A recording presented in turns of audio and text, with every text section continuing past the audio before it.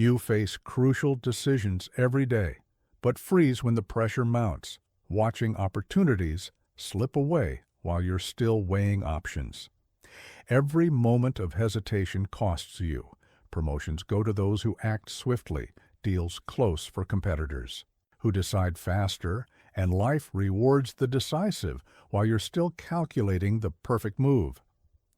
I am Miyamoto Musashi, the legendary swordsman who won over 60 duels because I mastered the art of instant, flawless decision-making when life and death hung in the balance. What I discovered about decision-making will transform how you navigate every choice, giving you the samurai's clarity to cut through confusion and act with unwavering precision when it matters most. The same principles that kept me alive in Mortal Kombat can give you the decisive edge in business, relationships, and life. But first, like this video, subscribe for more warrior wisdom and comment below where you're watching from. I want to know which corner of the world is ready to master. The way I was not born with the gift of instant decision-making. As a young boy in feudal Japan, I was like you, paralyzed by choices, overwhelmed by possibilities, crippled by the fear of making the wrong move. I remember standing in my father's dojo, holding a wooden practice sword for the first time, trembling not from its weight, but from the weight of decision itself. Should I strike high or low? Should I advance or retreat? Every second of hesitation earned me another bruise, another lesson in the brutal cost of indecision. My father, Musashi, was a respected swordsman, but even he could not teach me what I needed most: how to decide without thinking, how to act without doubt. I watched him in practice, fluid and decisive, each movement flowing seamlessly into the next. But when I tried to mirror his grace, my mind would race with questions. What if I choose wrong? What if there's a better option? What if I fail? The wooden practice sword became my first teacher in the harsh reality that hesitation equals defeat. In the dojo, indecision meant pain. In the real world, I would later learn, it meant death. But at 13, all I knew was that while other students moved with purpose, I moved with fear. They struck with conviction. I struck with doubt. They learned quickly. I learned slowly, because I was not learning the way of the sword. I was learning the way of hesitation. One morning, during a particularly brutal training session, I made a discovery that would shape my entire philosophy. I had been sparring with an older student, and as usual, I was getting thoroughly beaten.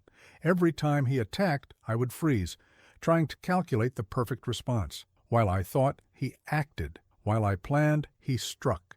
I was bleeding from multiple hits when something inside me snapped. In that moment of pure frustration, my thinking mind shut down completely. When he came at me again, I didn't think. I simply moved. My wooden sword met his in a perfect parry, followed immediately by a counterattack that caught him completely off guard. For the first time in months, I had scored a clean hit.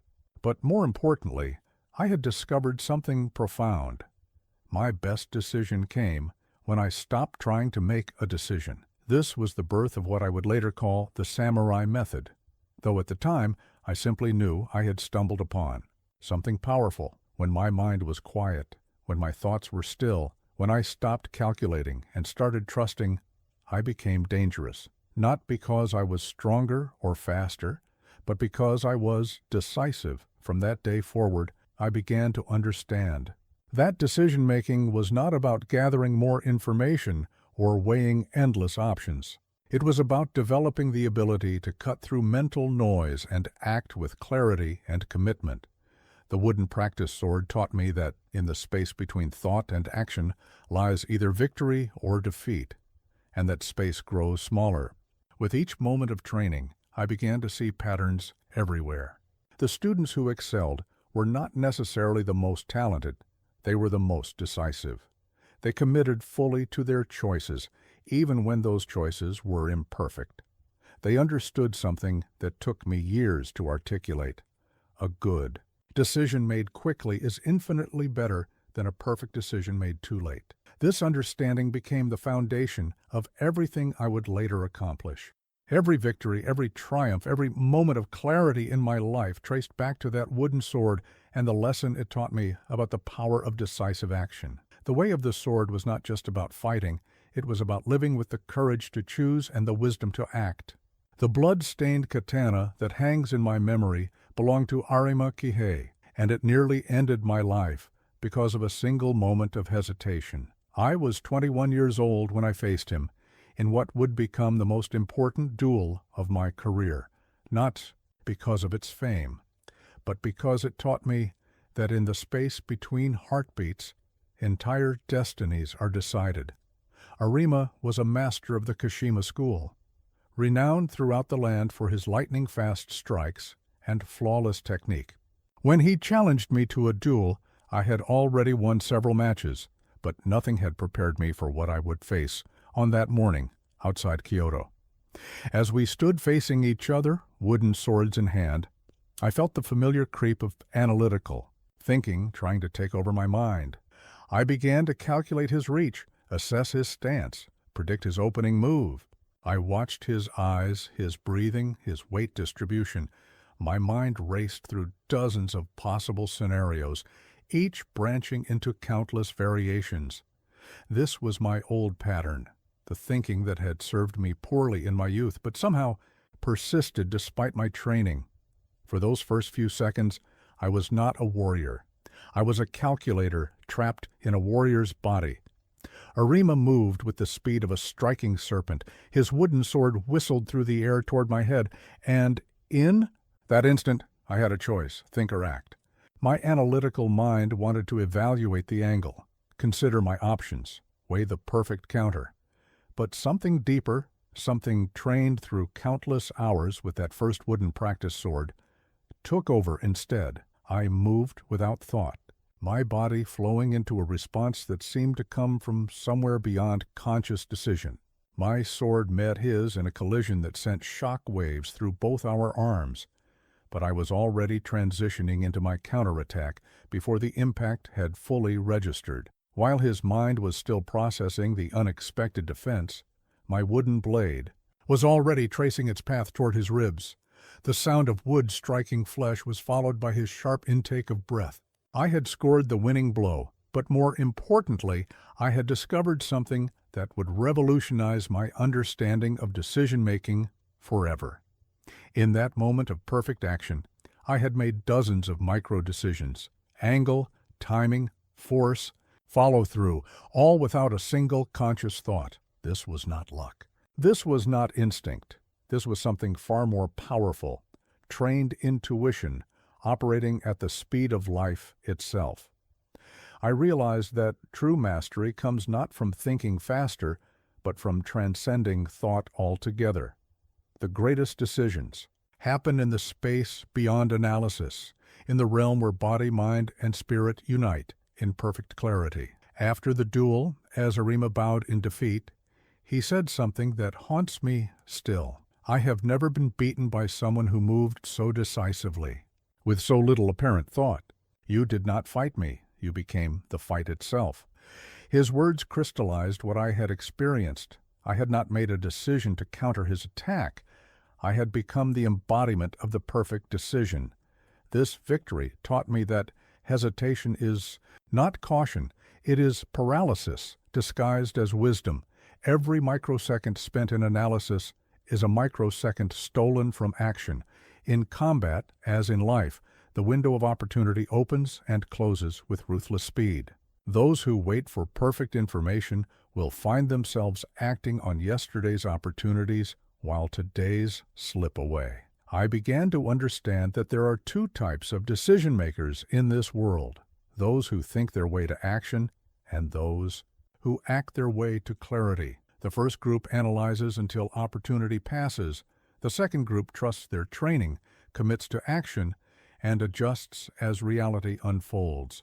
Arima's blood-stained katana became my reminder that in the moments that matter most, we must choose to be the second type. From that day forward, I never again allowed analysis to delay action when the moment demanded movement. I had learned the most crucial lesson of my life. Perfect decisions are made not in the mind, but in the marriage of preparation and instinct, training and trust, knowledge and the courage to act without knowing everything. The smooth river stone I carried in my left hand during meditation became my gateway to understanding the first principle of instant decision-making: silence the mental noise. For years after my duel with Arima, I searched for a way to reliably access that state of perfect clarity I had experienced in combat. The answer came not through more training with the sword, but through learning to quiet the endless chatter of my thinking mind. I discovered the stone during my wandering years when I lived as a hermit in the mountains north of Nara. It was perfectly smooth, worn by countless years of river current, and it fit precisely in my palm. When I held it during meditation, its coolness and weight anchored my attention in the present moment, pulling my awareness away from the mental noise that clouds all decision-making. Most people believe that good decisions come from thinking harder, analyzing more thoroughly, considering every angle. This is the greatest lie ever told about decision-making. I learned that the opposite is true. The best decisions emerge from mental stillness, from the quiet space where intuition can speak louder than fear, where clarity cuts through confusion, like a blade through silk. In my early years, my mind was like a marketplace during festival season, chaotic, noisy, overwhelming. Every decision triggered an avalanche of thoughts. What if I choose wrong? What will people think? What are all the possible outcomes? Have I considered every option? This mental noise didn't make me more careful. It made me paralyzed. While I debated internally, the world moved on without me. The meditation stone taught me to recognize mental noise for what it truly is, the enemy of decisive action. When I held that stone and focused on its simple presence, I could feel my mind gradually quieting. The anxious thoughts didn't disappear. They simply lost their power to distract me from what needed to be done. I began to notice patterns in my mental noise. Fear disguised itself as prudence. You should gather more information before deciding. Perfectionism masqueraded as excellence. Wait until you find the perfect solution. Doubt presented itself as wisdom. What if there's something you haven't considered? Each of these thoughts seemed reasonable, but they all served the same destructive purpose: delaying action until the moment for action had passed. Through countless hours with my meditation stone, I developed what I call the practice of instant stillness.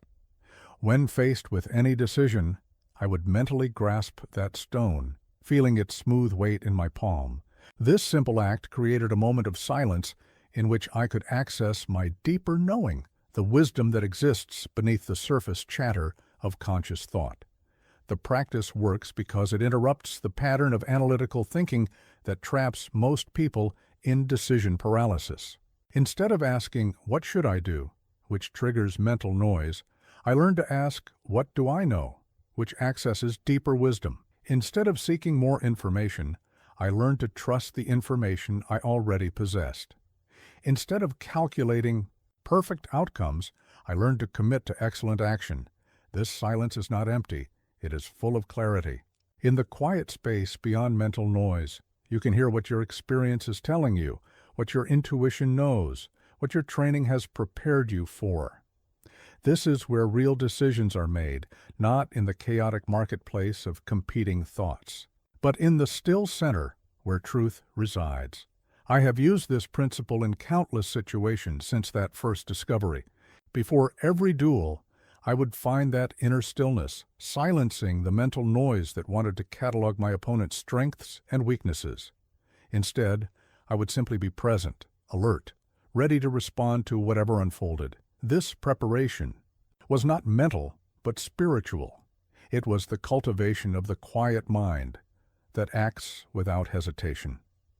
The modern world creates more mental noise than ever before. Your devices buzz with notifications. Your mind races with possibilities. Your attention fractures across countless concerns.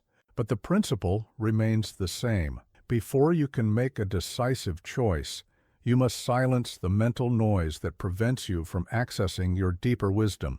Find your meditation stone, whether it is an actual object, a breathing practice, or simply the discipline to pause before deciding.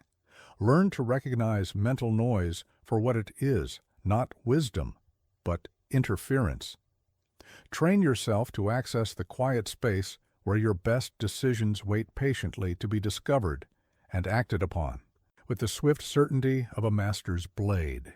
The Scout spyglass I acquired during my travels became my teacher in the second principle of the samurai method: assess without attachment.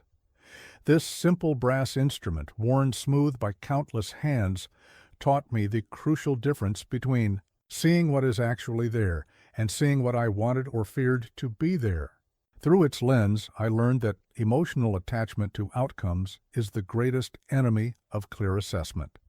I first understood this principle during a confrontation with a band of ronin who had been terrorizing local merchants. As I approached their camp at dawn, my initial assessment was clouded by anger at their cruelty and anticipation of the coming fight.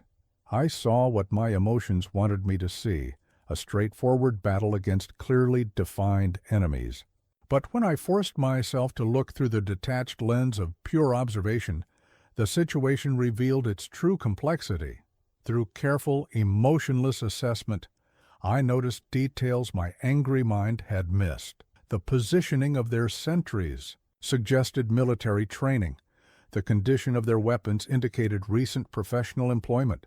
Most importantly, the way they moved revealed they were not common bandits, but displaced samurai, men who had lost their masters and turned to brigandage out of desperation rather than inherent evil. This shift in assessment completely changed my approach. Instead of charging in with righteous fury, I chose a path that honored their warrior nature while stopping their harmful actions. The outcome was far better than what my emotionally driven first assessment would have produced. They surrendered. With honor intact, the merchants were safe, and no unnecessary blood was shed. Most people fail in their decision-making, not because they cannot gather information, but because they cannot see information clearly.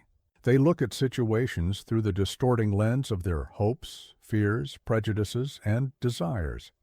They see what they want to see or what they're afraid to see, but rarely what is actually there. I learned to use my Scout spyglass as both a literal and metaphorical tool. Literally, it helped me observe situations from a distance, seeing patterns and relationships that were invisible up close. Metaphorically, it represented the mental discipline of detached observation, the ability to assess situations without the clouding influence of personal investment in the outcome. Emotional attachment creates blind spots that can be fatal in both combat and life. When you desperately want something to be true, you will find evidence to support that belief while ignoring contradictory information. When you fear something might be true, you will either avoid looking at it entirely or see threats that do not exist. Neither approach leads to accurate assessment, and without accurate assessment, no decision can be truly sound. The practice of detached assessment requires conscious discipline. Before evaluating any situation, I learned to consciously set aside my preferences for how things should be and my fears about how they might be. I would imagine myself as a neutral observer, someone with no stake in the outcome, whose only job was to see clearly and report accurately. This mental stance revealed details that emotional involvement had hidden. I could see my opponent's actual strengths and weaknesses rather than the ones I hoped or feared he possessed. I could assess my own resources honestly rather than through the distorting lens of confidence or insecurity. Most importantly, I could recognize opportunities that emotional thinking had obscured. The key insight is that attachment to outcomes corrupts the very process that determines those outcomes. If you desperately need a particular result, you will assess the situation in ways that seem to support your path to that result, even when that path leads nowhere. If you fear a particular outcome, you will see obstacles and dangers that may not exist while missing real opportunities for success. True assessment requires what I call warrior's objectivity, the mental stance of someone whose life depends on seeing reality exactly as it is, not as he wishes it were. This objectivity does not mean you do not care about outcomes. It means you care so much about achieving good outcomes that you refuse to let your caring distort your perception of what will actually create those outcomes. When you master detached assessment, you gain access to information that remains hidden. From those who approach situations with emotional investment, you see openings others miss because they are looking for different openings. You recognize threats others ignore because those threats do not fit their preferred narrative. You understand resources others overlook because they are focused on resources they wish they had. This principle applies to every area of life. In business, detached assessment means seeing your market position, your competition, and your opportunities as they actually are, not as your pride or fear suggests they might be.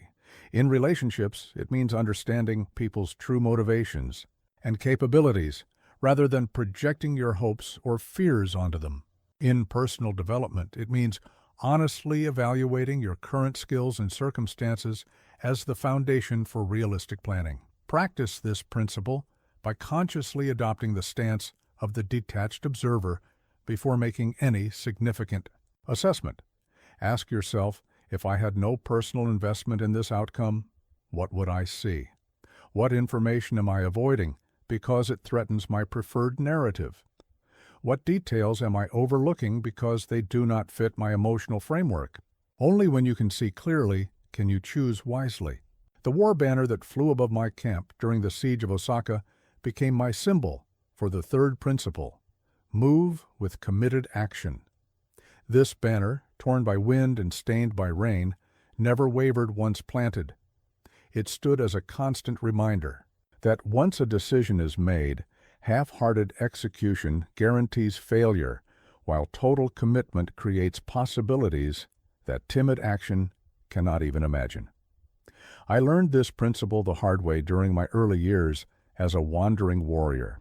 There was a time when I would make a decision, begin to act upon it, but then second-guess myself mid-execution. I would start down one path, then hesitate, then adjust, then reconsider. This wavering approach produced mediocre results even when my initial decisions were sound. I was like a swordsman who begins a strike, but loses confidence halfway through. The blade arrives at its target with no power, no conviction, no effect. The transformation came during a duel with a master swordsman named Yoshioka Denshichiro in Kyoto.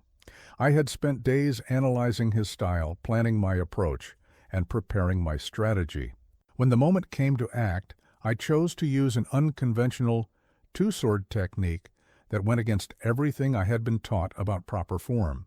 But instead of executing this decision with complete commitment, I began to doubt myself even as I drew my swords. My half-committed technique was easily countered by Yoshioka, who recognized my uncertainty and exploited it ruthlessly. Only when I abandoned my doubts and committed fully to my chosen approach, regardless of whether it was perfect, did I find the power to overwhelm his defenses. That day, I learned that a mediocre strategy executed with total commitment will defeat a brilliant strategy executed with hesitation. The war banner taught me that commitment is not about being right. It is about being complete. When you plant your banner, you declare to the world and to yourself that this is your chosen ground. These are your chosen tactics. This is your chosen path. The banner does not guarantee victory, but it guarantees that you will fight with the full force of your capabilities rather than the diminished power of divided attention. Most people approach their decisions like tourists visiting a foreign country. They keep one foot in their old life while tentatively exploring new possibilities. They start businesses while maintaining backup plans that undermine their commitment. They enter relationships while keeping emotional escape routes open. They pursue goals while constantly second-guessing whether those goals are worth pursuing. This divided approach produces divided results. Committed action means burning the bridges behind you so that retreat becomes impossible and all your energy flows toward success. It means accepting that once you have chosen your path, questioning that choice becomes a luxury you cannot afford, not because the path is perfect, but because uncommitted action on any path leads nowhere. I learned to recognize the difference between commitment and stubbornness. Commitment means giving your complete energy and attention to the execution of your chosen strategy, while remaining alert to information that might require tactical adjustments. Stubbornness means blindly following a course of action without regard for changing circumstances. The war banner plants firmly in the ground, but it moves with the wind. The power of committed action lies not in its guarantee of success, but in its ability to generate maximum force from whatever resources you possess. When you commit fully to a decision, you discover capabilities you did not know you had. You find solutions that were invisible when you were holding back. You inspire others to support you because they sense your certainty and determination. Half-hearted action sends mixed signals to the universe and to other people. When you approach your goals tentatively, you communicate that even you are not convinced they are worth achieving. Others pick up on this uncertainty and respond accordingly. Opportunities that might have opened for someone moving with confidence remain closed to someone moving with hesitation. I have seen people with modest abilities achieve extraordinary results through committed action, while others with superior talents accomplish little because they never fully commit to any course of action. The difference is not in their starting capabilities, but in their willingness to focus all their power on a single chosen direction. In my duels, I learned that the moment of commitment was often more important than the tactical choice itself. Once I decided to attack, I attacked with everything I had. Once I decided to defend, I defended with total focus. Once I decided to retreat, I retreated with speed and purpose. This complete commitment to whatever action I chose often overwhelmed opponents who were technically superior but emotionally divided. The same principle applies to every area of modern life. When you start a project, commit to it completely, or do not start at all. When you make a promise, honor it with your full capability, or do not make the promise. When you choose a direction, move in that direction with all your energy, or choose a different direction. Plant your war banner with whatever decision you make. Let it fly proudly, announcing to yourself and the world that this is your chosen ground, your chosen fight, your chosen path. Then move toward your objective with the focused power that only comes from complete commitment. The banner may be torn by storms, but it will never be taken down by doubt. The battle scar that runs across my left shoulder serves as a permanent reminder of the fourth principle. Understand the consequences. This jagged mark, earned during a reckless charge against superior numbers, taught me that while speed is essential, in decision-making, blindness to consequences transforms decisiveness into foolishness. The scar reminds me daily that every action creates ripples that extend far beyond the immediate moment. I acquired this scar during my 23rd year. In a skirmish outside Sekigahara, I had been hired to protect a merchant caravan when we were attacked by bandits. In my eagerness to prove my worth and end the threat quickly, I charged directly into their ranks without considering the tactical implications. My decisive action was based on courage, not wisdom. The result was a blade that slipped past my guard and carved this permanent lesson into my flesh. The pain of that wound was nothing compared to the pain of understanding what my recklessness had cost.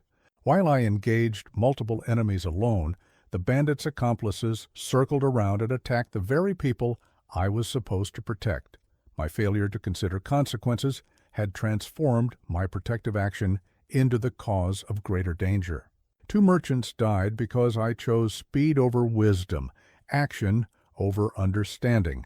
From that day forward, I learned to distinguish between decisive action and reckless impulse.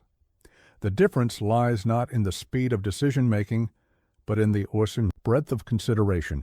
A warrior must be able to rapidly assess not just immediate effects, but the chain of consequences that flows from any chosen action.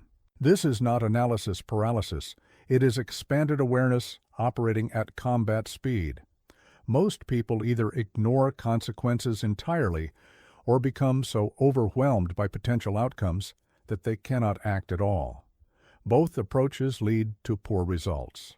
Those who ignore consequences act quickly, but often create bigger problems than the ones they were trying to solve. Those who become overwhelmed by consequences think themselves into inaction while opportunities disappear. The key is developing what I call consequence vision, the ability to rapidly trace the likely effects of your actions several steps into the future. This is not about predicting every possible outcome, which is impossible, but about identifying the most probable consequences and the most dangerous ones. In the moment before action, you ask yourself, if I do this, what happens next? And then, what? And what could go wrong? During my later duels, I would stand facing my opponent and in the space of a heartbeat, consider multiple consequence chains. If I attack high, he will likely counter low, which opens this opportunity but creates that vulnerability. If I feint left, he may respond with this pattern, leading to these possibilities. This rapid consequence assessment did not slow me down. It made my actions more effective because they were based on understanding rather than impulse. The practice requires training your mind to see patterns and connections. Every decision creates a new situation, which will require new decisions, which will create further situations. The warrior learns to see several moves ahead, like a master chess player who understands that moving this piece now will influence the entire board position 3 moves later. In my wandering years, I applied this principle to every aspect of life. Before accepting employment, I would consider not just the immediate payment, but how this work would affect my reputation, my skills, my relationships, and my future opportunities. Before making enemies, I would trace the likely consequences of conflict. Before making allies, I would understand the obligations and vulnerabilities that would follow. This expanded awareness prevented countless mistakes that could have derailed my path. I saw other warriors destroy their careers through actions that seemed beneficial in the moment, but created long-term disasters. They would win battles, but lose wars, gain immediate advantages, but create permanent disadvantages, solve immediate problems, but create larger future problems. The principle applies with equal force to modern challenges. In business, every decision creates consequences that ripple through markets, relationships, and future opportunities. The executive who cuts costs today must understand how this affects product quality, employee morale, and competitive position tomorrow. The entrepreneur who pursues rapid growth must see how this impacts organizational culture, customer relationships, and long-term sustainability. In personal relationships, every interaction creates consequences that extend far beyond the immediate conversation. The words you speak today influence how people perceive you next month. The commitments you make this week determine your obligations next year. The habits you develop now shape the person you become over time. The goal is not to become paralyzed by consideration of consequences, but to expand your decision-making time frame beyond the immediate moment. Ask yourself, what second and third-order effects will flow from this choice? What problems might this solution create? What opportunities might this action close off? What reactions will this decision provoke? This broader perspective often reveals that the fastest solution is not the best solution, and the most obvious action is not the wisest action.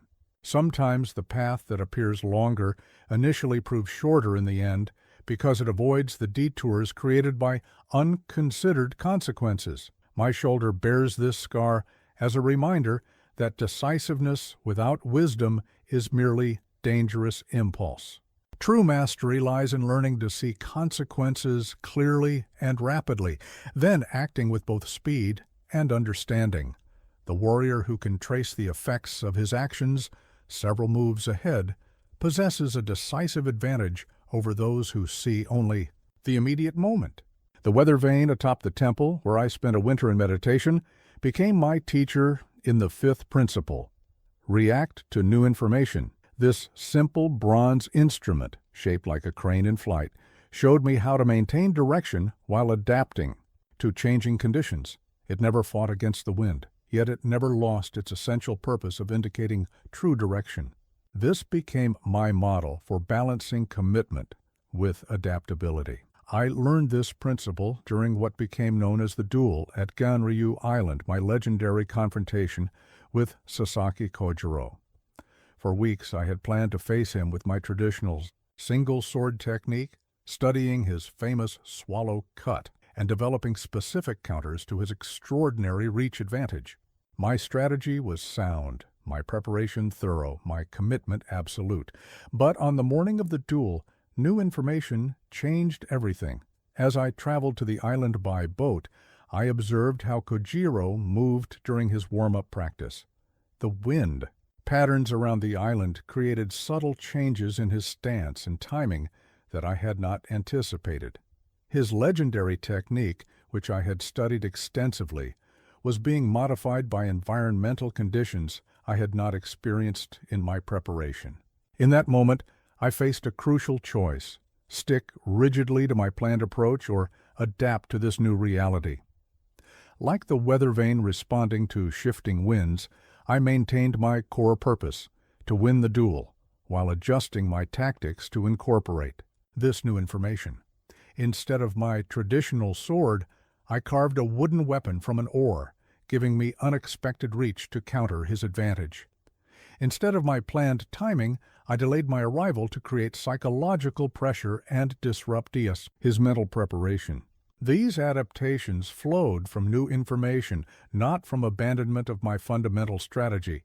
The result was victory, but more importantly, I learned that the greatest strength lies not in rigid adherence to plans, but in the ability to absorb new information and adjust course while maintaining unwavering commitment to the objective.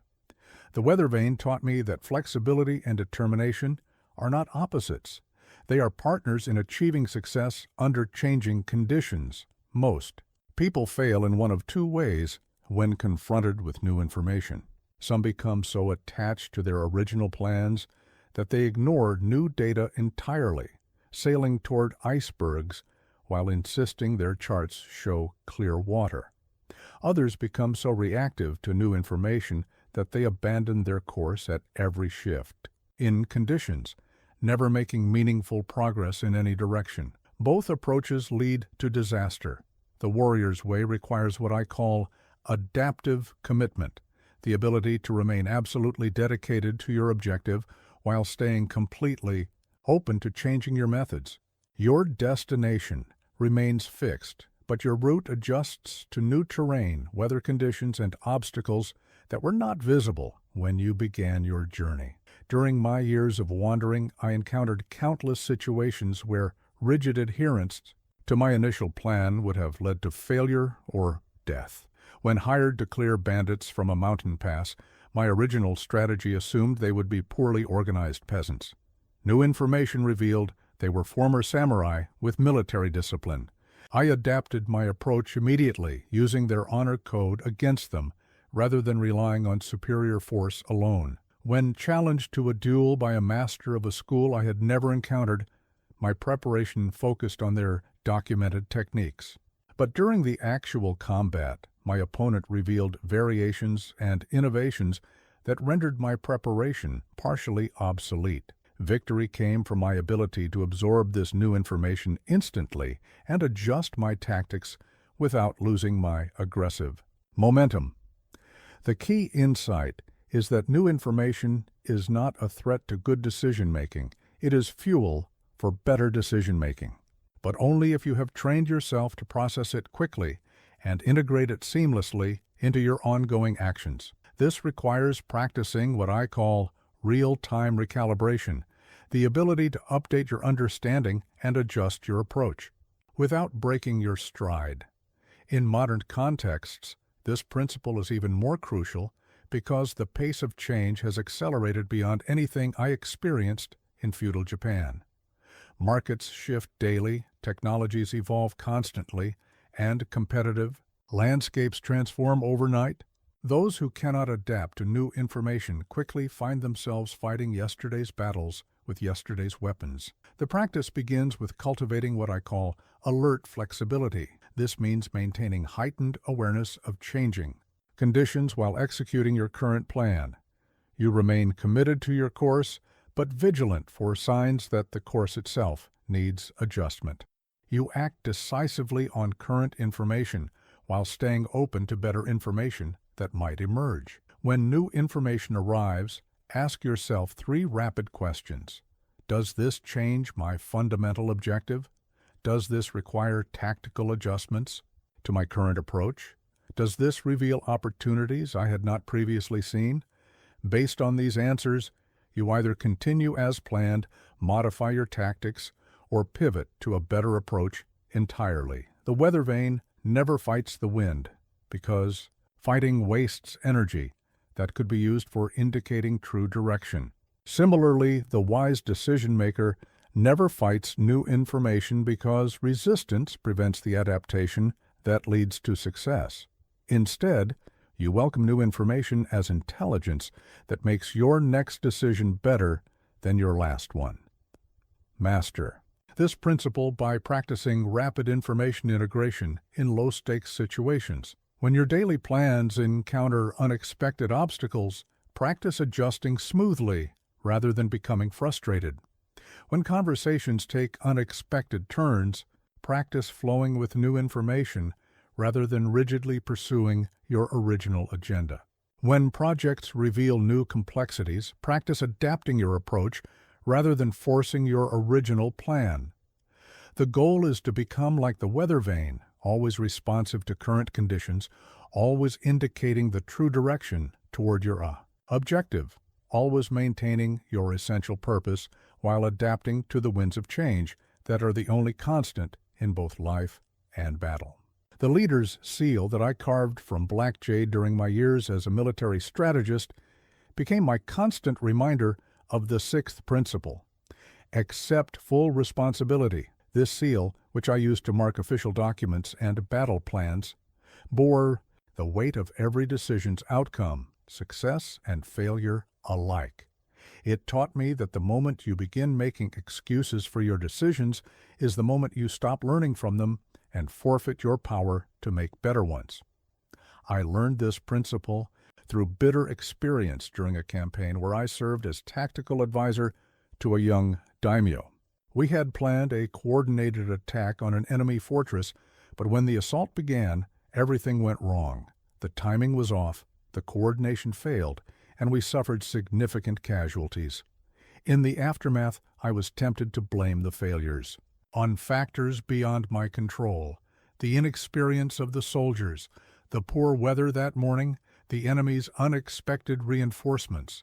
But as I held my seal preparing to write the official report, I realized that blaming external factors, even valid ones, was a form of surrender. Each excuse I made was an admission that I was not truly in command of my decisions or their outcomes. If the soldiers were inexperienced, I should have adjusted my plan accordingly. If weather was a factor, I should have considered it in my calculations. If enemy reinforcements were possible, I should have prepared contingencies. That night, I wrote a report that accepted complete responsibility for the failed assault. Not because I was personally at fault for every failure, but because taking responsibility was the only path to learning and improvement. The daimyo was initially surprised by my complete ownership of the disaster, but this acceptance of responsibility earned his trust rather than losing it. More importantly, it preserved my ability to learn from the experience and design better strategies in the future. This principle cuts against human nature, which instinctively seeks to protect the ego by deflecting blame onto external circumstances. When decisions produce poor outcomes, the mind immediately begins constructing explanations that preserve self-image.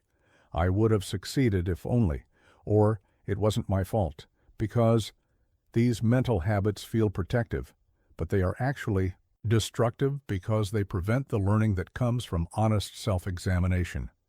The warrior who accepts full responsibility for his decisions gains several crucial advantages.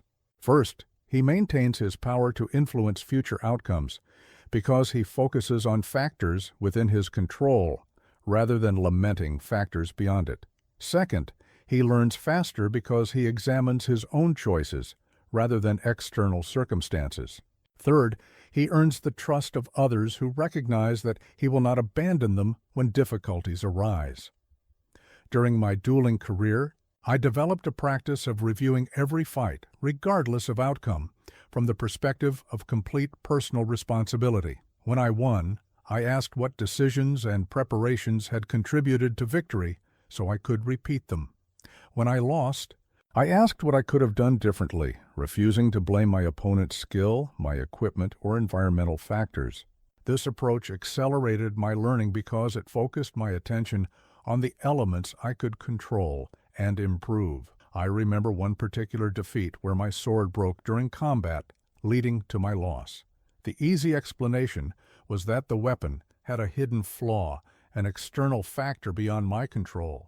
But taking full responsibility led me to examine why I had not tested the blade more thoroughly, why I had not carried a backup weapon, and why I had used techniques that placed unusual stress on the steel. This analysis revealed multiple decision points where I could have prevented the failure, turning a random mishap into actionable learning. The practice of accepting full responsibility does not mean becoming a victim of self-criticism or taking blame for genuinely external events. It means recognizing that while you cannot control all outcomes, you can control all your responses to circumstances. You cannot control the weather, but you can control how you prepare for different weather conditions. You cannot control other people's actions, but you can control how you plan for various possible behaviors. This principle applies powerfully to modern decision-making contexts. In business, leaders who accept responsibility for poor results, even when caused by market odds, conditions, or competitor actions, position themselves to learn and adapt. Those who blame external factors may preserve their ego, but they forfeit the opportunity to examine their own decision-making processes and improve them.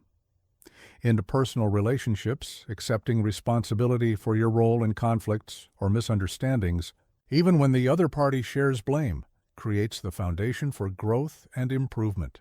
Focusing on what you could have done differently gives you actionable insights for future interactions, while focusing on the other person's faults provides no path forward. The seal reminds me that leadership begins with self-leadership, and self-leadership begins with honest accountability for your choices and their consequences. When you stamp your seal on a decision, you declare your willingness to own whatever follows from that choice. This ownership is not a burden. It is the source of your power to influence outcomes through better future decisions.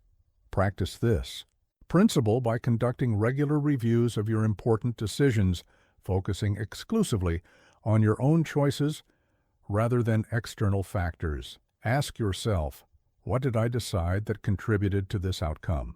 What information did I have available that I did not use? What assumptions did I make that proved incorrect? What could I do differently in similar future situations? This analysis builds the decision-making muscle that turns experience into wisdom.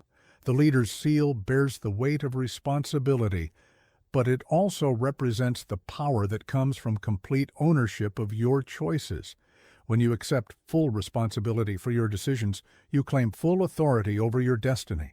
The master's journal that I kept throughout my wandering years became the repository of the seventh and final principle: integrate lessons learned. This worn leather book, its pages yellowed by age and stained by weather, contained not just records of my experiences, but distilled wisdom from every decision I had made. It taught me that experience without integration is merely repetition, while integrated experience becomes the foundation for increasingly masterful decision-making. I began keeping this journal after recognizing a troubling pattern in my early years as a warrior. I would face similar situations repeatedly, but find myself making the same mistakes, as if each encounter was happening for the first time. I was accumulating experiences, but not extracting wisdom from them. My decisions were improving slowly. Because I was not systematically learning from what had already happened, the journal changed everything. After every significant decision, whether in combat strategy or daily life, I would record not just what happened, but what I learned about decision-making itself. I documented patterns in my thinking, situations where my judgment proved sound or flawed, and principles that emerged from experience. Over time, this practice transformed a collection of random experiences into a coherent philosophy of action. One entry that proved particularly valuable was from a duel where I had ignored my initial instinct and chosen a more conventional approach, leading to a much more difficult victory than necessary. The lesson was not about swordsmanship techniques, but about decision-making. When my rapid assessment and deeper analysis pointed in the same direction, that convergence indicated high confidence. When they diverged, I needed to understand why before acting. This insight, captured in my journal, improved countless future decisions. In subsequent situations where my intuition and analysis disagreed, I would pause to examine the source of divergence.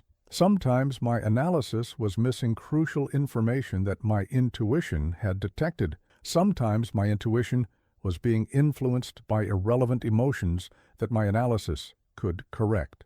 By integrating this lesson, I avoided many poor decisions and gained confidence in my decision-making process itself. The practice revealed that true mastery comes not from having perfect judgment, but from continuously improving judgment through systematic reflection. Each decision becomes a data point in understanding your own decision-making patterns, strengths, and blind spots. Without integration, you remain at the mercy of repeating mistakes. With integration, every experience contributes to your growing wisdom. Most people live their entire lives without ever systematically examining their decision-making patterns. They make the same types of mistakes repeatedly because they never take time to understand why those mistakes happen. They miss opportunities to leverage their natural strengths because they never identify what those strengths are. They remain stuck in decision-making habits that serve them in one context but harm them in another. The journal taught me to look for 3 types of lessons in every significant decision. First, situational lessons about the specific type of challenge I had faced and how to handle similar situations better in the future. Second, personal lessons about my own decision-making tendencies, both helpful and harmful. Third, universal lessons about human nature, timing, and the fundamental principles that govern successful action. For example, after a series of negotiations with various daimyo, I noticed that my best results came when I prepared thoroughly but remained flexible about specific terms. I also noticed that I tended to make concessions too quickly when I sensed the other party's impatience, often giving away value unnecessarily. These patterns, once identified and recorded, became conscious knowledge I could apply to future negotiations. The integration process requires more than just recording experiences. It demands active reflection and synthesis. I would regularly review previous entries, looking for patterns across different situations. I would test emerging insights against new experiences, refining my understanding through practice. I would challenge my own conclusions, asking whether apparent lessons were actually coincidences or oversimplifications. This systematic approach to learning from experience accelerated my development far beyond what natural talent or hard work alone could have achieved. Each decision became an investment in future decision-making capability. Each mistake became raw material for wisdom rather than just a painful memory. Each success became a template for recognizing and creating similar opportunities. In my later years, I could face completely new situations with confidence because my journal had taught me to recognize underlying patterns that transcended surface differences. A military campaign and a business negotiation might seem unrelated, but they often involve similar principles of timing, positioning, and reading human motivations. By integrating lessons across different contexts, I developed decision-making skills that applied broadly rather than narrowly. The modern world offers both greater opportunities and greater challenges for lesson integration. You face more decisions in more diverse contexts at a faster pace than any generation in history. This creates unprecedented opportunities to learn from experience, but also unprecedented risk of being overwhelmed by information without extracting wisdom from it. Create your own version of the Master's Journal. After important decisions, especially ones that produced unexpected outcomes, take time to reflect on what you learned about decision-making itself. What patterns do you notice in your thinking? What types of situations challenge your judgment most? What principles are emerging from your accumulated experience? Review these reflections regularly, looking for insights that apply across different areas of your life. Test your emerging theories against new experiences. Build a personal philosophy of decision-making based on your own integrated experience, rather than following generic advice that may not fit your unique circumstances and capabilities. The Master's Journal reminds me that experience is only as valuable as the wisdom you extract from it. Every decision you make is an opportunity to become a better decision-maker, but only if you take time to integrate the lessons embedded in your experience. Without integration, you are doomed to repeat your mistakes.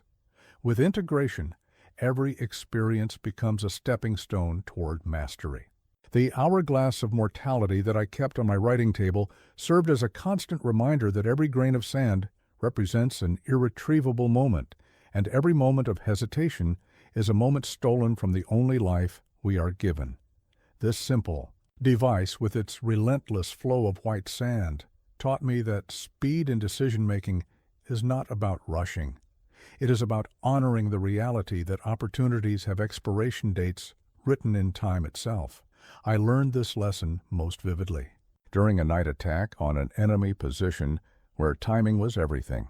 Our forces had discovered a brief window when the enemy's guard would be changed, creating a gap in their defenses that would last perhaps 10 minutes.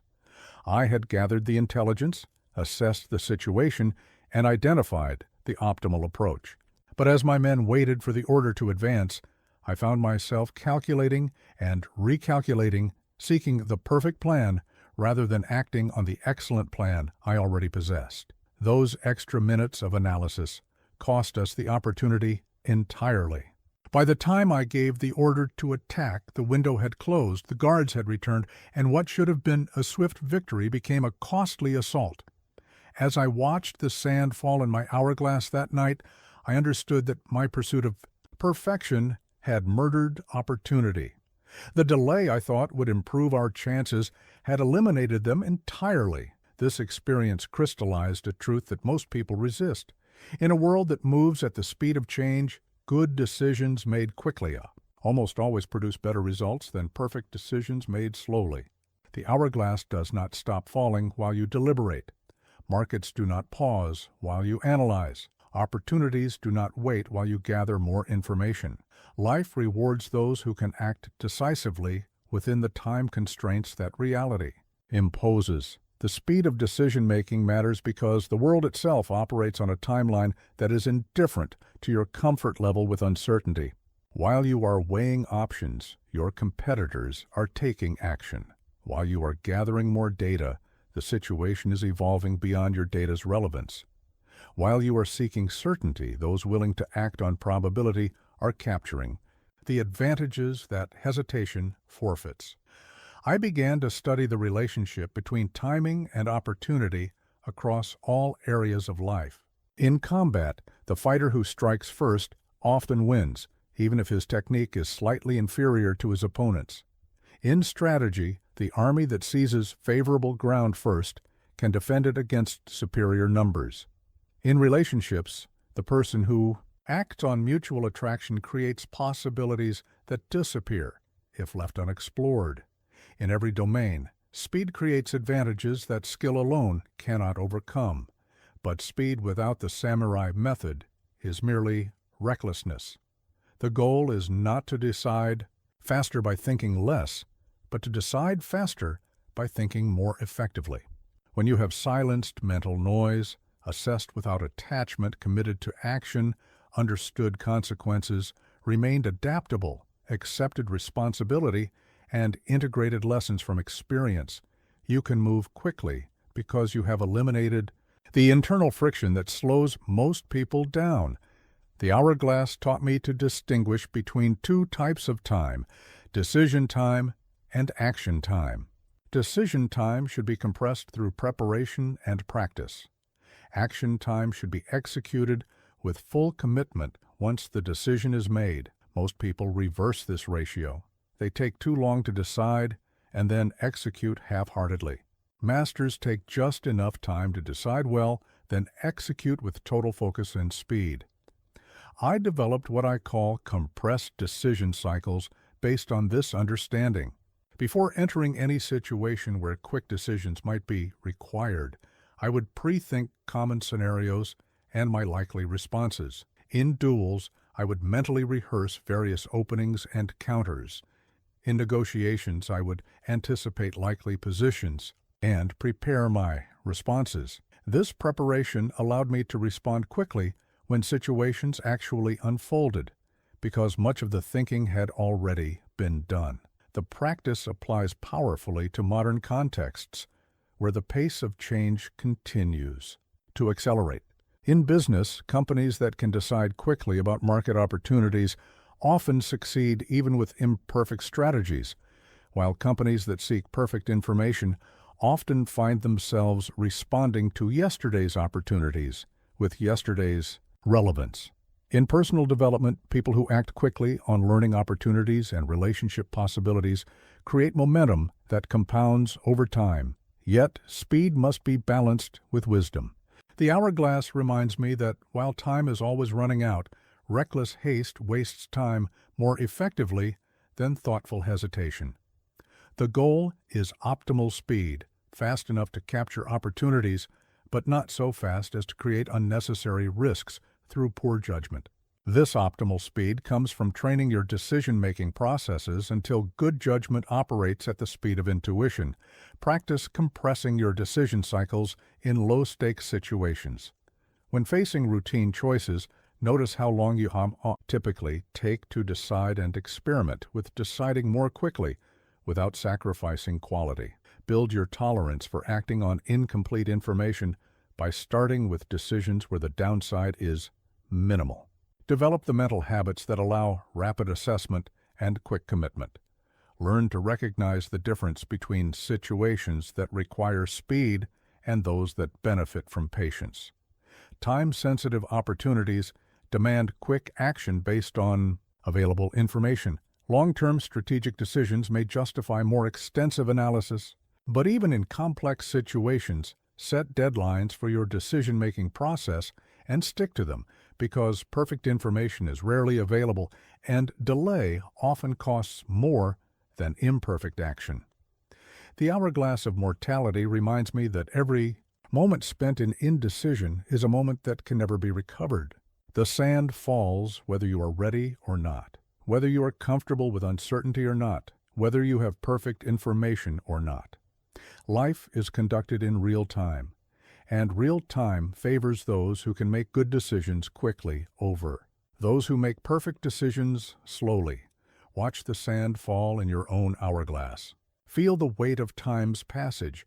Let it motivate you to decide more quickly, not through panic, but through the recognition that speed itself is a competitive advantage in a world where opportunities appear and disappear according to schedules you do not control. Honor the gift of time by using it decisively rather than squandering it in the illusion that hesitation improves outcomes. The mind reader's mirror that I polished to perfect clarity during my years of study became my tool for mastering the art of instant situation reading. This bronze mirror, its surface like still water, reflected not just appearances, but the subtle truths hidden beneath conscious facades. Through countless hours of practice, it taught me that people reveal their true intentions through micro-signals that speak louder than words, and situations telegraph their nature through patterns that most observers miss entirely. I discovered the power of this skill during a crucial negotiation with a daimyo who claimed to seek my services as a military advisor. Everything about our meeting suggested legitimate interest. His words were respectful, his offers generous, his manner appropriately formal, but something in his micro-expressions, the timing of his glances, the subtle tension in his posture, suggested a different agenda entirely. Within minutes of using my mirror techniques to read his true state, I realized he was gathering intelligence about my methods for a rival lord. Most people in such situations would have continued the negotiation, based on surface appearances, potentially revealing valuable information to an enemy disguised as a client. But my training in reading deeper truths allowed me to adapt my approach immediately. I began feeding him misleading information while appearing to negotiate sincerely, turning his deception against him, and gaining valuable intelligence about his actual master's intentions. The mirror taught me that every person broadcasts their true emotional state, their real intentions, and their actual level of confidence through countless unconscious signals. The way they breathe when stressed, the micro-movements of their eyes when they are calculating versus when they are being genuine, the subtle changes in their voice tone when they shift from truth to deception, the unconscious posturing that reveals whether they feel strong or weak in the current situation. These signals are not mystical or supernatural.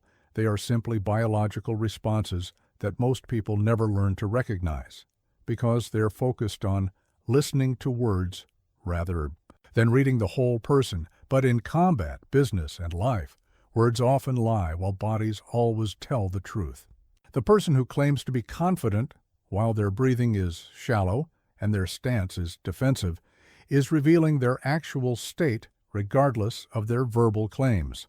I developed a systematic approach to rapid human assessment that I called reading the invisible conversation. While engaging in the obvious conversation of words and conscious gestures, I would simultaneously monitor the hidden conversation of unconscious signals. Breathing patterns revealed stress levels. Eye movements indicated the direction of their thinking. Muscle tension showed where they felt vulnerable. Voice modulation disclosed their emotional investment in different topics. This skill proved invaluable not just in detecting deception, but in understanding the true nature of any situation involving other people. During alliance negotiations, I could identify which terms were actually important to the other party versus which were merely posturing positions. In strategic discussions, I could recognize when advisors were speaking from genuine expertise versus when they were covering ignorance with confidence. In combat, I could read my opponent's actual intentions several moves before they manifested in action.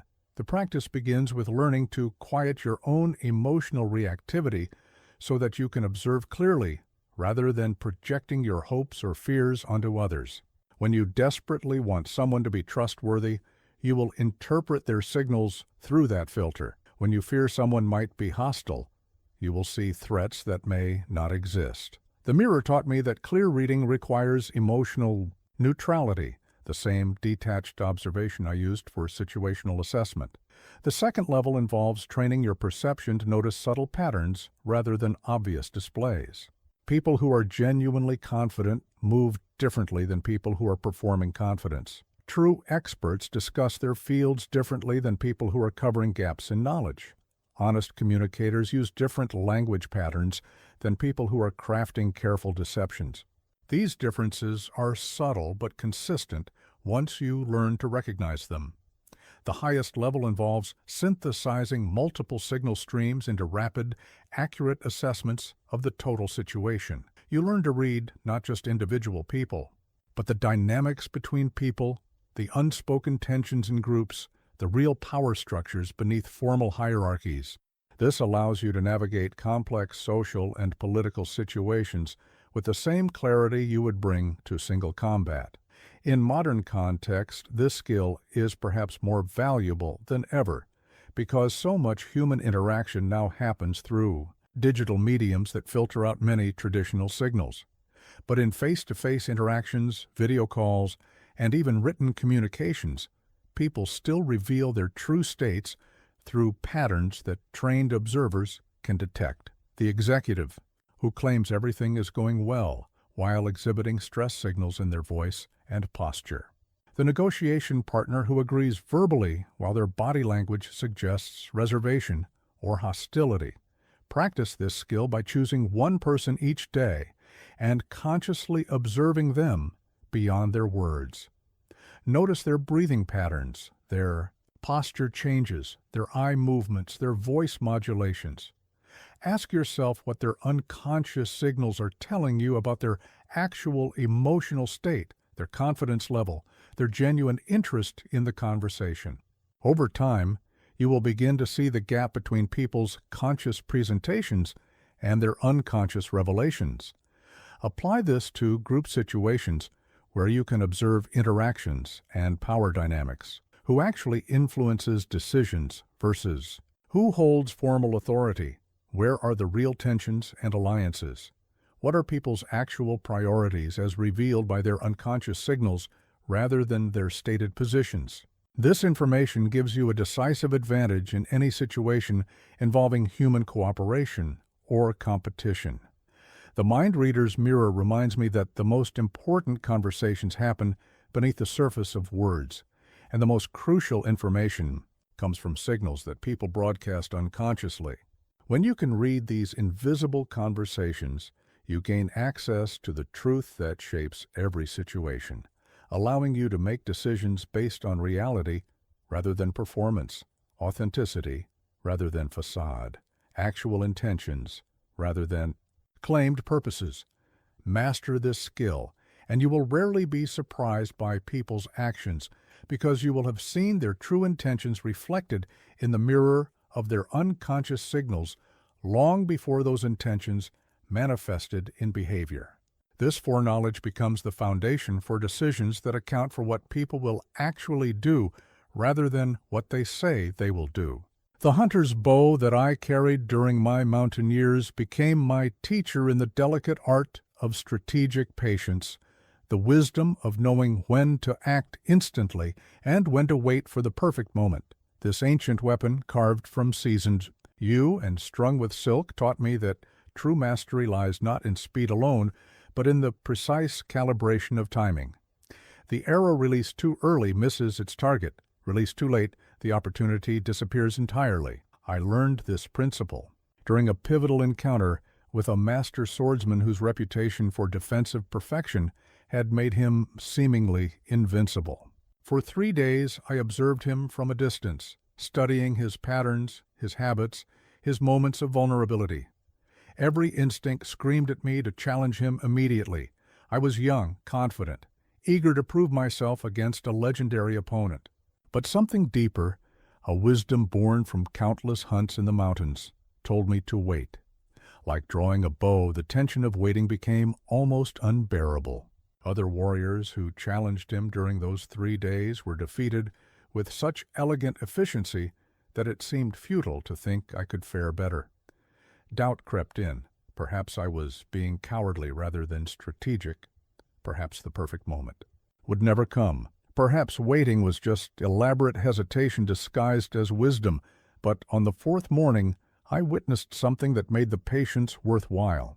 The master's daily meditation was interrupted by news of his daughter's illness. In that moment, I saw beneath his perfect composure to the human heart that beat within the legend.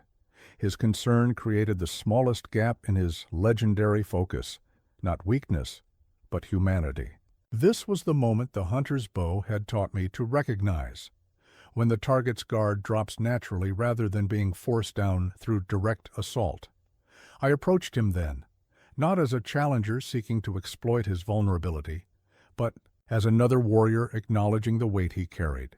This timing transformed what could have been just another duel into a meaningful exchange between equals.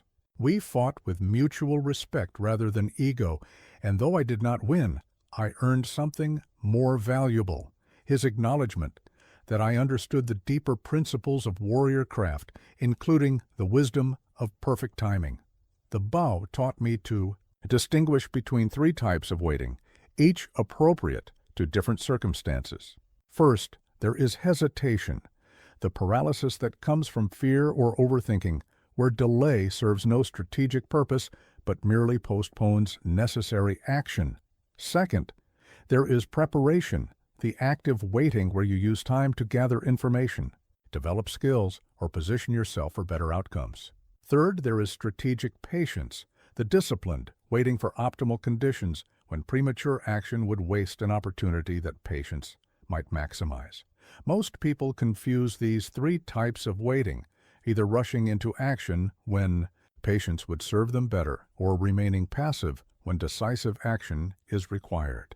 The hunter with the bow must distinguish between the moment when the deer is alert and scanning for threats, requiring stillness, and the moment when the deer is focused on feeding and vulnerable to approach. Acting at the wrong moment guarantees failure. Acting at the right moment almost guarantees success. In my later years as a strategist, I applied this principle to military campaigns where timing often mattered more than tactics. An attack launched when the enemy is prepared and alert will fail even with superior forces. The same attack launched when the enemy is distracted, overconfident, or internally divided can succeed with minimal resources. Strategic patience allows you to invest your limited energy when it will produce maximum impact rather than dissipating it through poorly timed efforts. The principle applies with equal force to personal and professional decision-making in the modern world. In business, the entrepreneur who launches a product when market conditions are optimal often succeeds where technically superior products fail due to poor timing.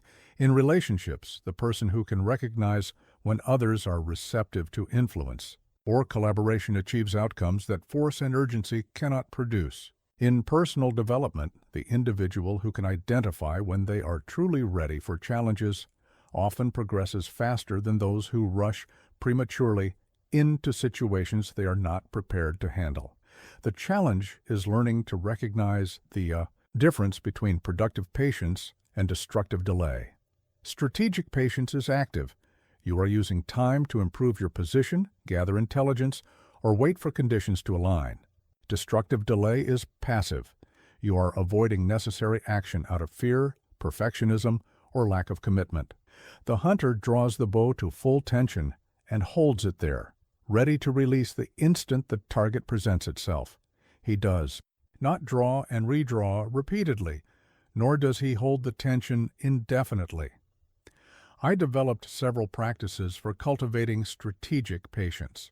First, I would clearly define what conditions I was waiting for so that patience had a specific trigger rather than being open-ended procrastination. Second, I would use waiting periods productively, continuing to prepare and improve my position, rather than simply being idle.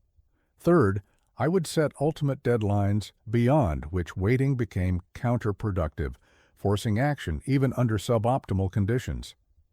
The key insight is that strategic patience is not the opposite of decisive action. It is decisive action applied to timing itself. You are deciding to wait, not failing to decide to act.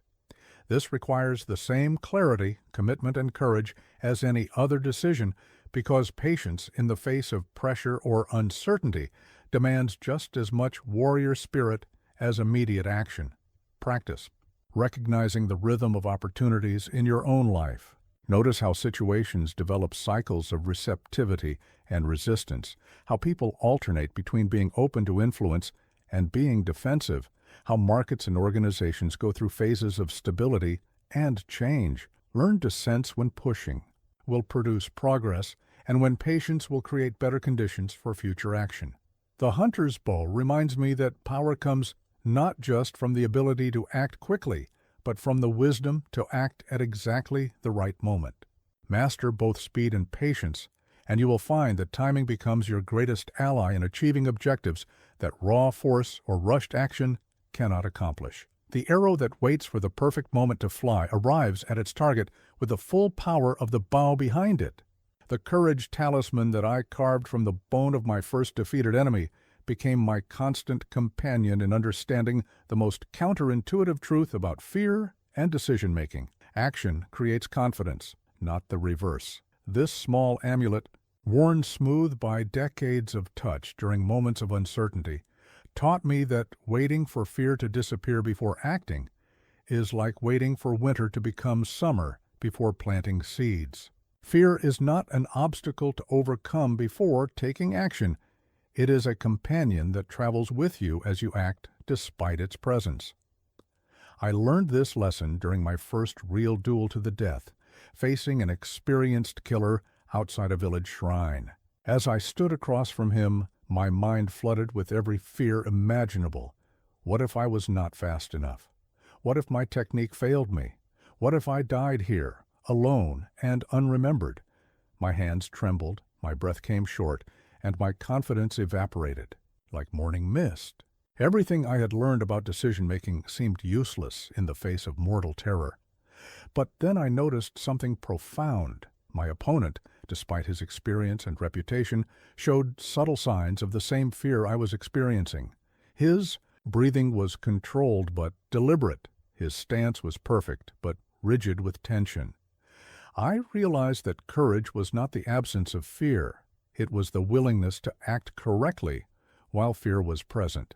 The talisman I touched reminded me that every warrior before me had faced this same choice: submit to fear or proceed through it. I chose to act not because I felt confident, but because action was the only path forward. The moment my feet began moving, something miraculous happened. The physical act of advancing toward danger transformed my relationship with fear from paralysis to energy. Fear became fuel rather than obstacle, sharpening my senses and accelerating my reactions. By the time we engaged, my terror had alchemized into focused intensity that served my purpose rather than undermining it. The duel was brief and decisive, not because I had become fearless, but because I had learned to channel fear into effective action. Afterward, as I carved my talisman from a piece of bone found near the shrine, I understood that confidence is not a prerequisite for effective action. It is a byproduct of taking effective action despite uncertainty and fear. This discovery revolutionized my approach to every challenging decision thereafter. Instead of waiting to feel confident before acting, I learned to act my way into confidence. Instead of seeking to eliminate fear before proceeding, I learned to proceed while fear was present. Instead of treating uncertainty as a barrier to decision-making, I learned to make decisions that were robust enough to succeed even under uncertain conditions. The pattern became clear through countless subsequent experiences. Before every major challenge, whether combat, strategy, or personal growth, fear would arise as a natural response to genuine risk. But I learned that this fear contained valuable information about what mattered to me and what required careful attention, rather than serving as a signal to avoid action entirely. Fear became an advisor rather than a master. Most people approach fear backwards.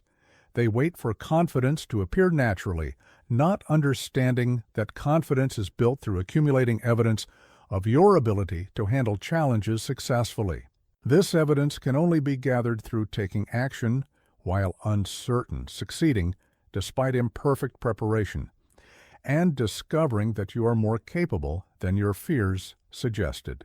The person who waits for fear to disappear before acting will wait forever, because fear only disappears through the very action they are avoiding. The talisman taught me to distinguish between rational fear that signals genuine danger requiring careful consideration and irrational fear that signals only the discomfort of uncertainty or challenge. Rational fear in combat meant assessing real threats and adjusting tactics accordingly. Irrational fear meant the simple anxiety of facing something unfamiliar or difficult. Both types of fear felt similar emotionally, but they required completely different responses. I developed what I call the advance and assess approach to fear-inducing decisions. Instead of trying to resolve all uncertainty before acting, I would take the first clear step toward my objective, while remaining alert to new information that might require course corrections. This approach allowed me to build momentum and gather real-world feedback rather than remaining paralyzed by hypothetical concerns. The principle applies powerfully to modern challenges where fear often masquerades as prudence or careful planning. The entrepreneur who waits until market conditions are perfectly certain will never launch their business, because such certainty never exists. The person who waits until they feel completely ready for a difficult conversation will never have it, because readiness comes through practice, not preparation alone. The individual who waits until fear disappears before pursuing challenging goals will achieve only what can be accomplished within their current comfort zone. In business contexts, I have observed that successful leaders consistently act while uncertain rather than waiting for complete information. They make decisions with incomplete data, adjust based on feedback, and build confidence through accumulated experience of navigating uncertainty successfully. Those who wait for certainty often find that the opportunity has moved beyond their reach while they were gathering information. In personal relationships, the same pattern applies. The conversations that matter most, addressing conflicts, expressing vulnerability, setting boundaries, are precisely the ones that generate the most fear. But avoiding these conversations because of fear guarantees that relationships remain superficial or deteriorate over time. Acting despite fear, with appropriate care and preparation, often produces the breakthrough moments that deepen and strengthen connections. The Courage Talisman reminds me that every great decision requires moving forward while some degree of fear or uncertainty remains present. This is not recklessness.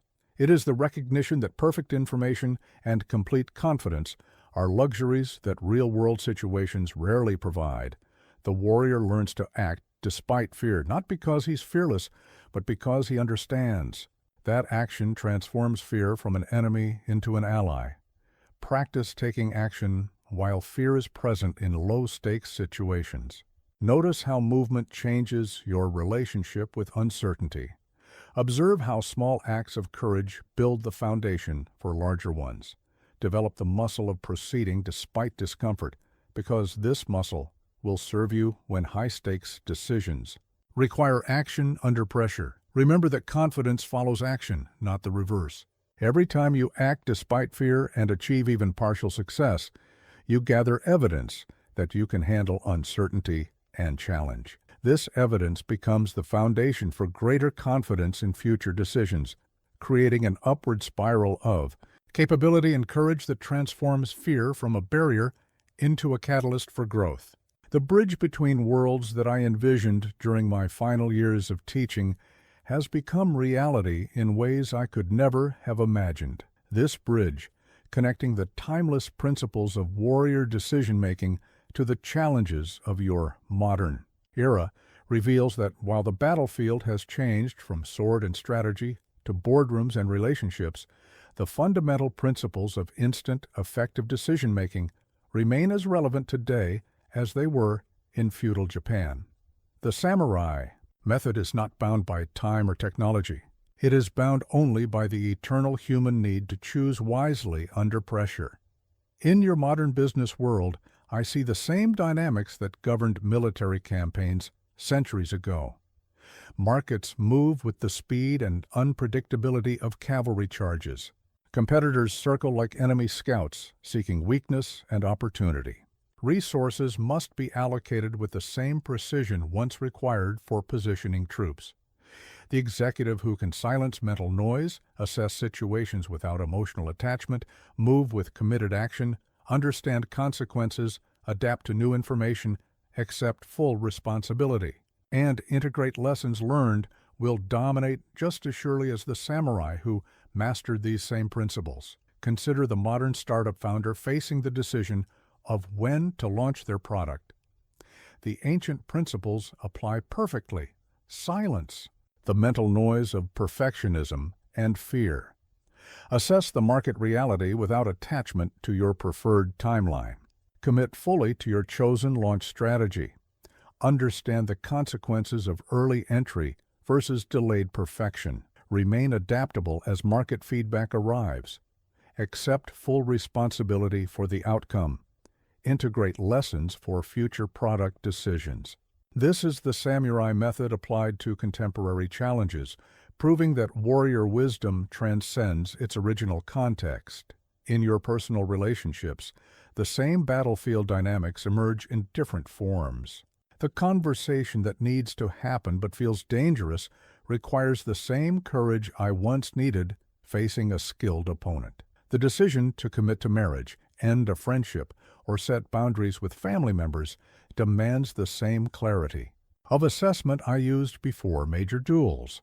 The art of reading people's true intentions becomes crucial in romantic relationships, business partnerships, and social interactions where surface presentations often mask deeper realities. I observe that your modern world creates unique challenges that make these ancient principles even more necessary. The volume of decisions you face daily would have overwhelmed even the most active daimyo. The speed of change in your markets exceeds the fastest cavalry charge. The complexity of your social and professional networks rivals the most intricate political alliances of my era. Without systematic decision-making principles, modern life becomes a series of reactive choices rather than strategic actions. Your technology amplifies both opportunities and dangers in ways that make instant decision-making more crucial than ever. Information arrives faster than it can be processed thoroughly, yet decisions must still be made quickly to capture opportunities. Social media creates instant visibility for every choice, yet this visibility cannot be allowed to paralyze decision-making through fear of judgment. Digital communication removes many of the subtle signals I relied upon to read people's true intentions, yet the need to understand underlying motivations remains paramount. The modern workplace particularly benefits from warrior decision-making. Principles. The project manager choosing between competing priorities faces the same resource allocation challenges I faced as a military strategist. The sales professional reading a client's true interest level uses the same assessment skills I developed for reading opponents. The leader deciding whether to pivot strategy or persist with current plans faces identical questions about adaptation versus commitment that governed battlefield tactics. In financial decision-making, the samurai method provides structure for choices that can determine your economic future, whether evaluating investments, career moves, or major purchases. The principles of silencing mental noise, assessing without attachment, and understanding consequences create better outcomes than emotional reactions or analytical paralysis. The speed required in market opportunities mirrors the split-second timing that once determined survival in combat. Your personal development journey, choosing which skills to develop, which habits to change, which relationships to prioritize, benefits from the same systematic approach I used for martial improvement. Instead of wandering aimlessly through self-improvement options, you can apply strategic thinking to identify the highest impact areas for growth and commit to them with warrior-like discipline. Even parenting decisions can benefit from these principles.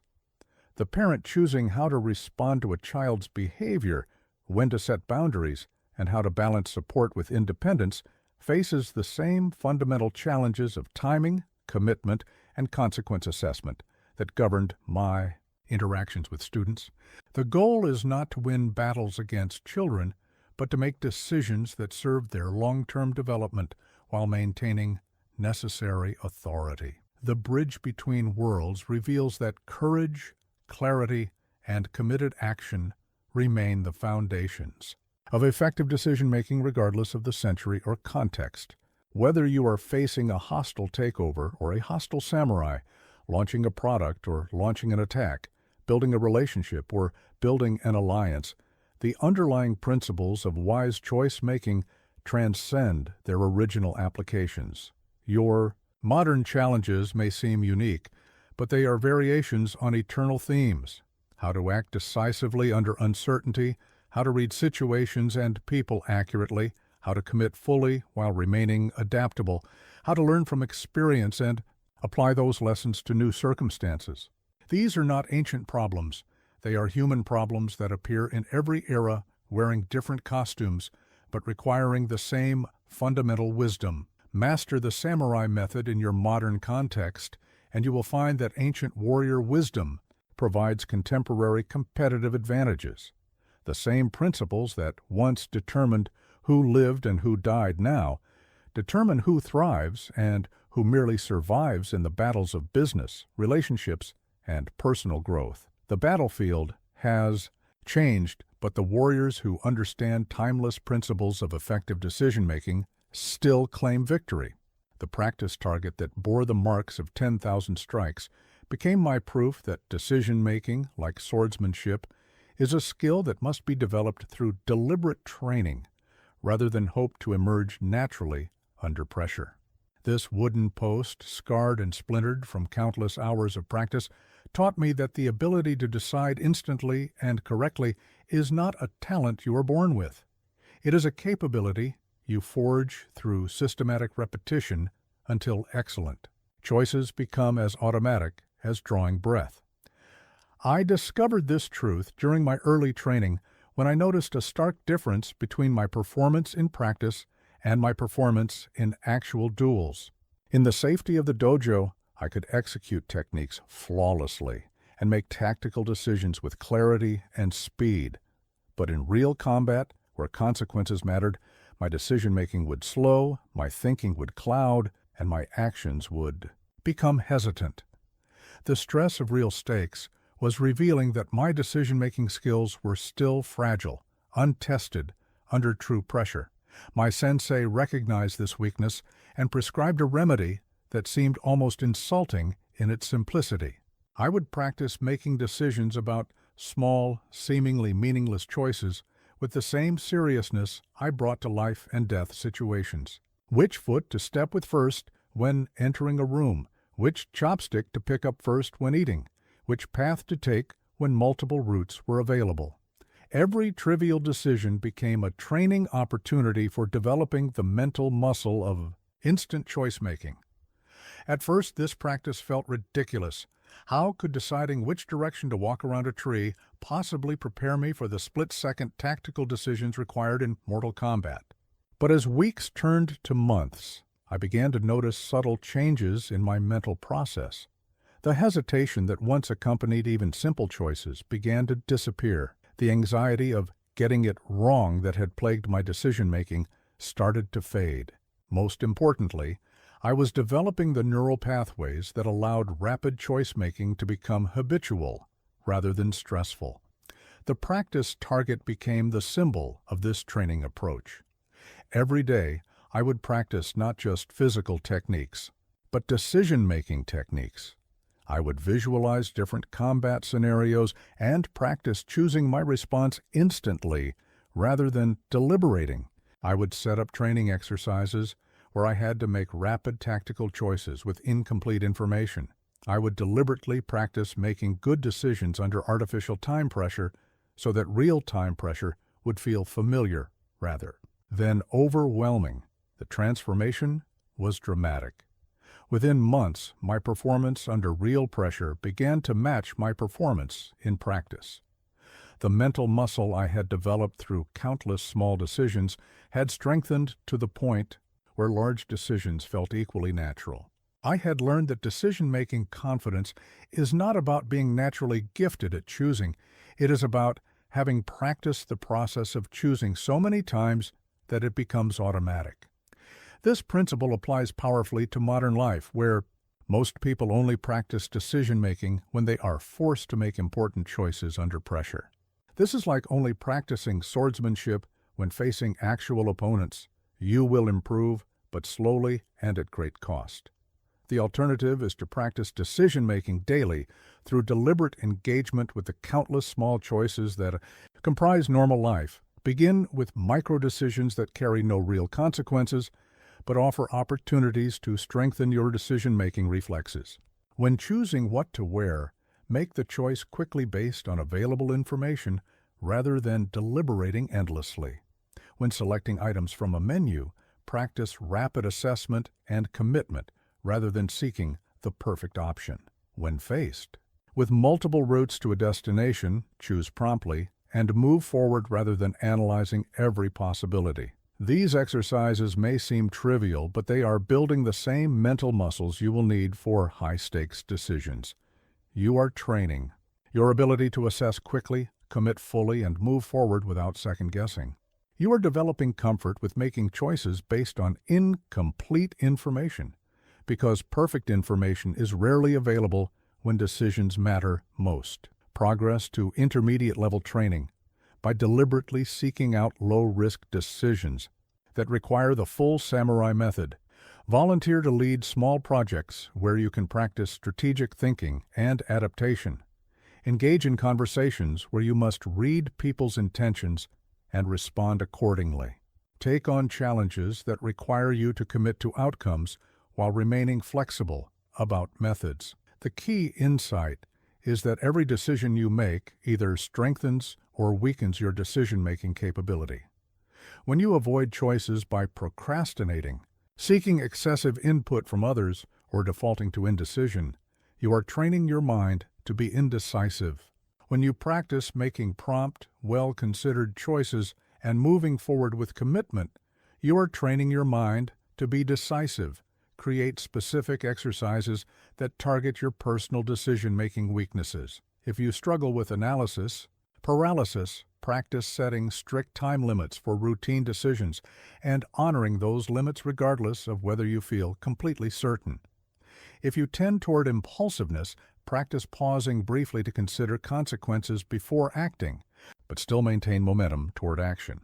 If you avoid difficult decisions, deliberately seek out situations where you must make choices that others prefer to avoid. Track your progress by paying attention to how decision-making feels over time.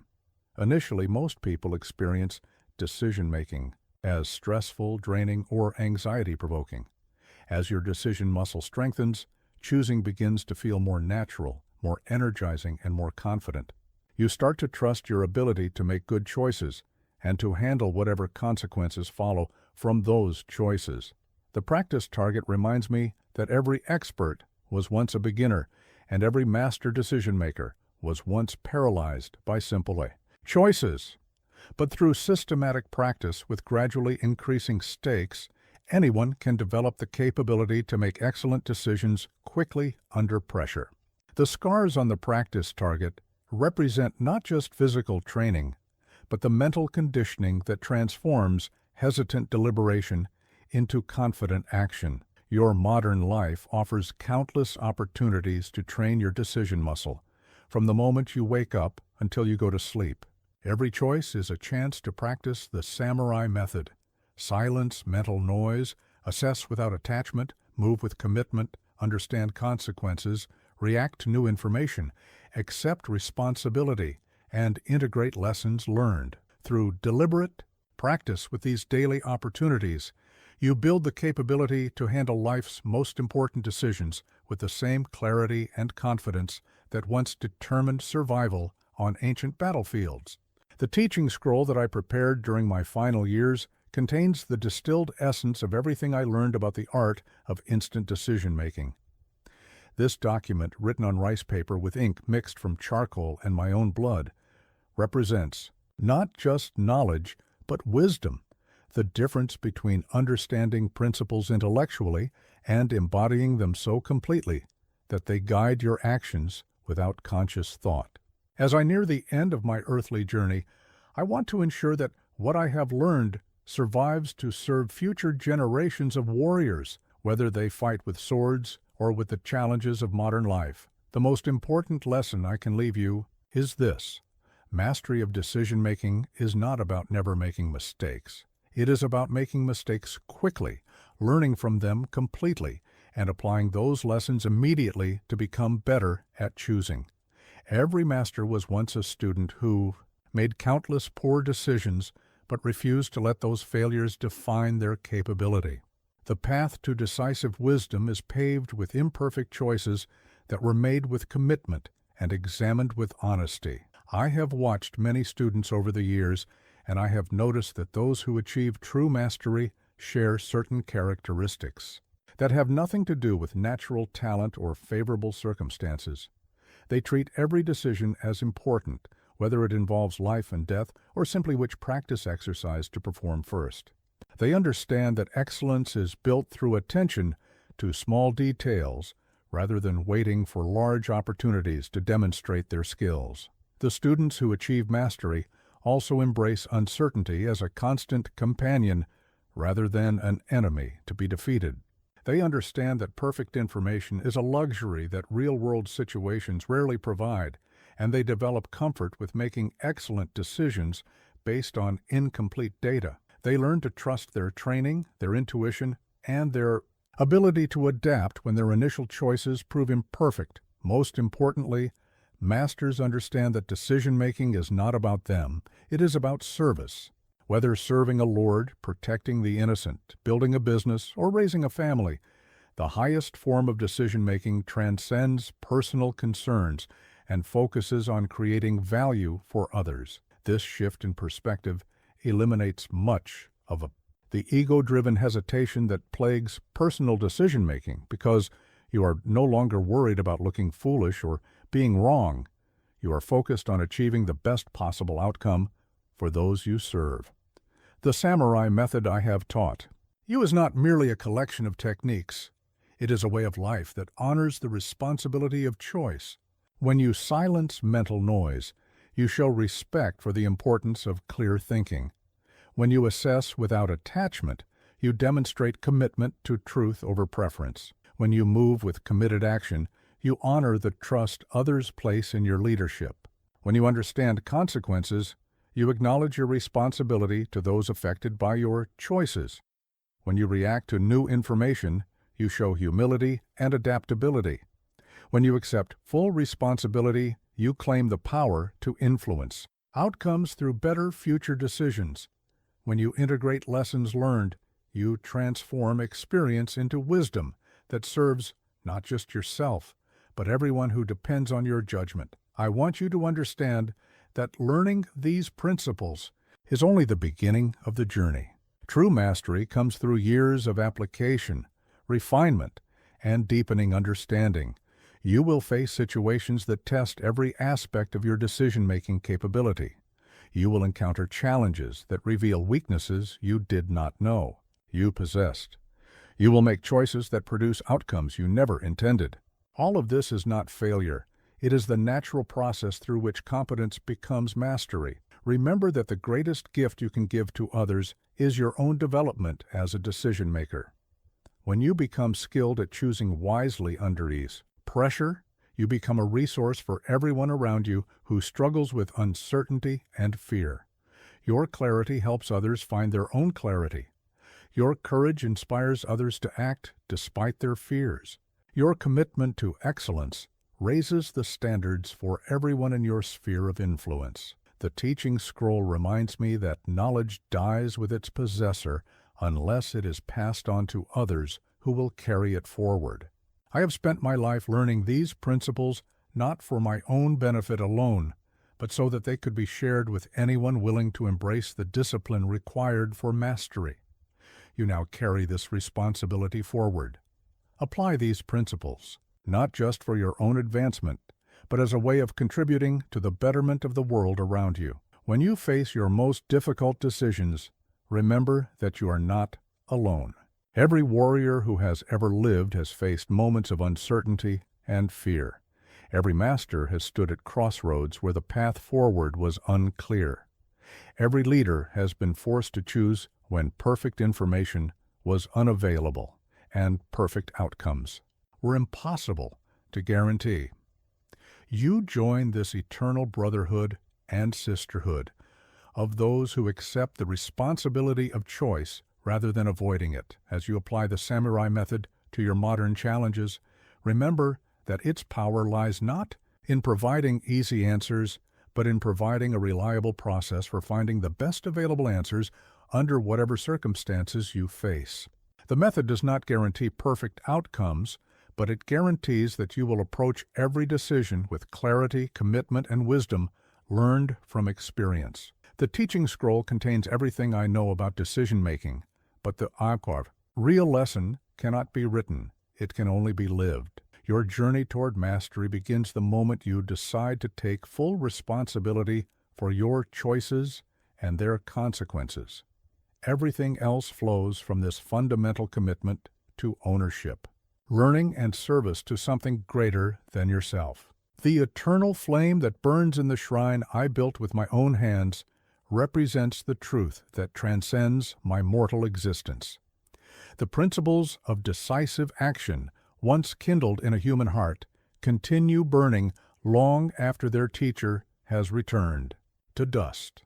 This flame, fed by the same dedication that forged my understanding of instant decision-making, will light the way for every warrior who chooses the path of committed action over the paralysis of endless deliberation. Your journey with the samurai method begins now, in this moment, with your decision to either embrace these teachings or let them remain mere words on a page. You now possess the complete framework that governed my approach to every significant decision throughout my life.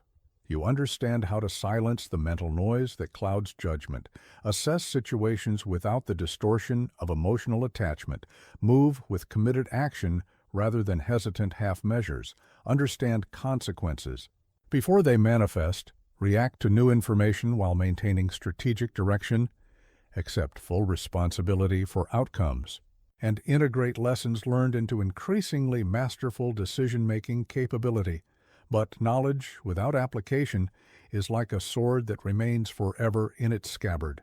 Technically perfect, but practically useless, the transformation you seek will not come from understanding these principles intellectually, but from applying them consistently to the real decisions that shape your actual life. Every choice you face from this moment forward is an opportunity to practice the samurai method, to strengthen your decision-making muscle, and to move closer to the mastery that comes only through disciplined application.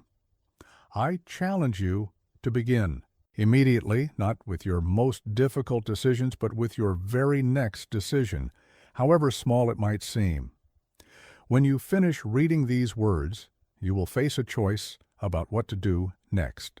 Apply the method. Silence any mental noise about what you should do. Assess your actual situation and priorities without attachment to appearing productive or impressive. Commit fully to whatever action you choose. Understand the consequences of your choice. Remain adaptable if circumstances change. Accept full responsibility for the outcome, and integrate whatever you learn from the experience. This immediate application is crucial because most people treat wisdom like a treasure to be hoarded rather than a tool to be used. They learn powerful principles and then wait for the right situation to apply them, not understanding that every situation is the right situation for practicing excellence. The master becomes master through treating every small decision with the same attention and commitment they bring to large ones. Your path forward will require you to overcome the three great enemies of decisive action that have defeated countless would-be masters. The first enemy is perfectionism, the belief that you must wait until you can guarantee perfect outcomes before taking action. Remember that perfection is not the goal. Progress is the goal. A good decision made quickly and adjusted based on feedback will almost always produce better results than a perfect decision made too late. The second enemy is the opinion of others. You will face pressure to deliberate longer, gather more input, seek more consensus, and generally dilute your decision-making authority by distributing it among those who will not bear the consequences of the choice. While wise counsel has value, remember that leadership requires the courage to decide when others prefer to discuss, to act when others prefer to analyze, and to take responsibility when others prefer to share blame. The third enemy is your own comfort with the status quo.